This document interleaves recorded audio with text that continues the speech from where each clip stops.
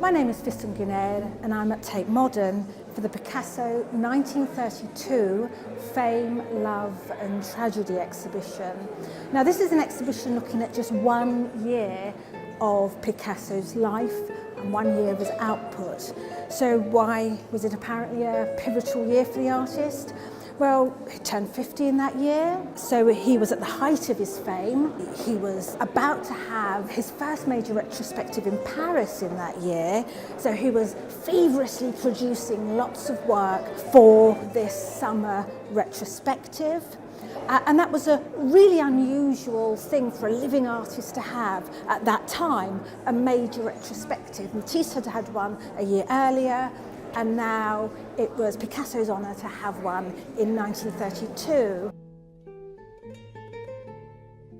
5 years earlier, Picasso had met a young woman called Marie Thérèse Walter. She was 17, he was 45 and married. Encountering her on a street in Paris, he'd been instantly captivated by, he said, her classical profile. Her nose became an object of playful manipulation, an object on which to project his priapic obsession.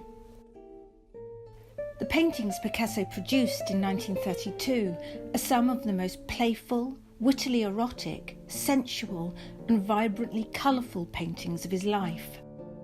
The exuberance of his colour palette owes much to Matisse, his great lifelong friend and rival, whom he had met during his first years in Paris as a young man.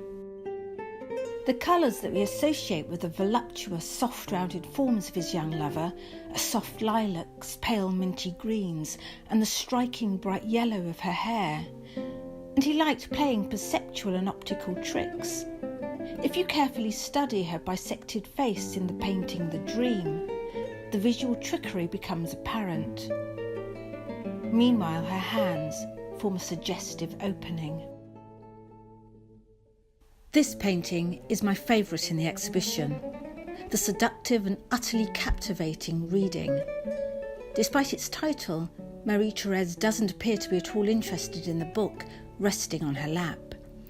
Her wide, heart-shaped and rather moon-like and serene face suggests not the childlike or cute, dumbly animal-like features of his other portrayals, but this time suggests something coolly majestic.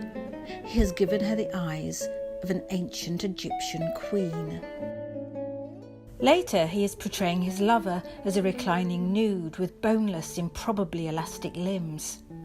The French photographer and filmmaker Jean Pavlovet, who specialised in filming underwater fauna, is most likely the inspiration for this series of paintings. His 1928 film, The Octopus, which Picasso is likely to have seen since they both moved in surrealist circles in Paris, features the shape-shifting creature in its natural habitat. Marie Thérèse, like all of Picasso's lovers, was herself constantly shape-shifting in his paintings. It may also have been the sea that linked her, in Picasso's imagination, to Pont-Levé's Octopus. Marie Thérèse was athletic and a strong swimmer, and it was while swimming in the sea later that year that she contracted spirochetosis, a sometimes fatal disease which necessitated a stay in hospital and several months of convalescence. In her absence, Picasso painted her obsessively, and these paintings show her caught in strange balletic tableaus, playing beach games, or more darkly, drowning, where we see her lifeless-seeming body having been recovered from the sea. Picasso's Paris retrospective opened that summer, but he'd been eager to get back to his studio in Normandy at his country house in Boiseloup right away. It was here, near the end of that year, that he worked on some of these darker paintings.